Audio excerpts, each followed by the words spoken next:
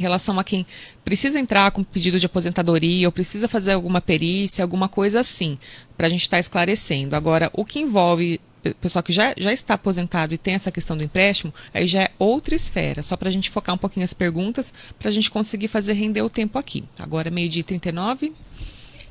Boa tarde, Thaisa. Você pergunta para a doutora, eu tenho 52 anos e tenho 30 anos de contribuição.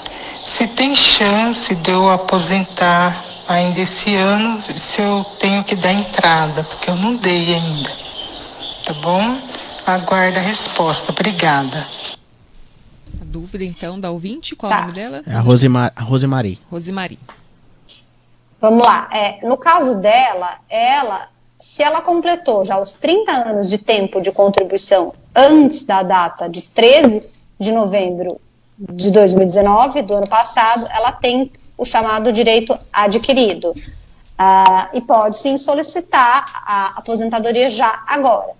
Caso ela não tenha completado, falta muito pouco tempo. Se ela completou os 30 anos, por exemplo, esse ano, e não antes de 13 de novembro de 2019, qual regra ela se encaixaria? Ela se encaixaria no pedágio de 50%.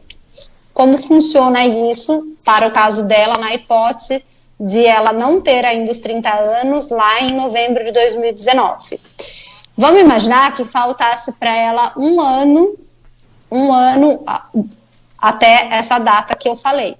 Desse um ano, a regra que nós estamos falando é o pedágio de 50%. Paga-se metade do tempo que falta, ou seja, nesse exemplo que eu estou inventando, seriam 6 meses, e aí no caso dela, ela se aposentaria com 30 anos e 6 meses. O que eu posso dizer do que ela falou é o seguinte: se ela preencheu os requisitos antes da reforma, ela já pode dar entrada, não precisa de mais tempo adicional nenhum.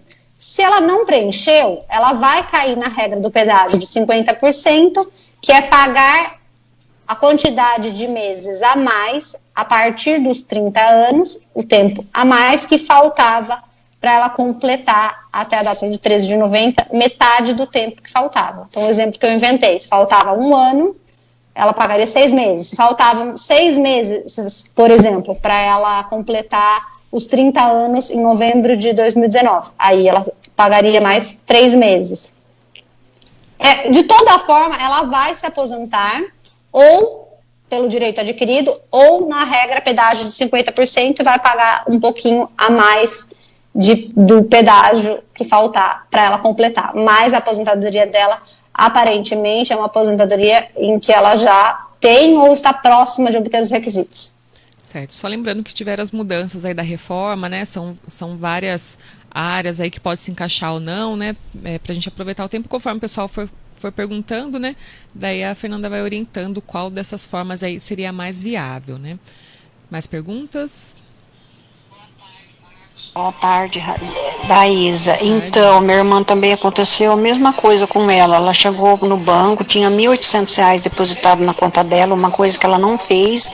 Aí eles mandam lá no BGN. Chega lá, eles ficam enrolando, que não tem nada a ver com eles. Então, eles estão fazendo muita sujeira com o povo, com os aposentados mesmo. É isso aí, a gente vai ter que programar um outro programa com um advogado dessa área para orientar em relação a isso, né? Isso aí. Temos a Claudinei aqui também falando, boa tarde, tudo bem? Gostaria de saber, trabalho informal, tenho artrose nos 2 joelhos, será que consigo me aposentar por invalidez sem ter registro em carteira? Tá, para ela conseguir qualquer benefício por incapacidade, seja ele aposentadoria por invalidez, auxílio-doença, enfim, precisa comprovar a incapacidade da pessoa, o elo entre a incapacidade e o trabalho que a pessoa faz. Então não basta estar incapaz, mas sim essa incapacidade tem que gerar uma dificuldade para ela realizar a atividade profissional. Isso é um ponto. Um exemplo, eu sempre falo isso: o diabético ele é portador da doença, da incapacidade, mas não gera incapacidade para o trabalho. Tá.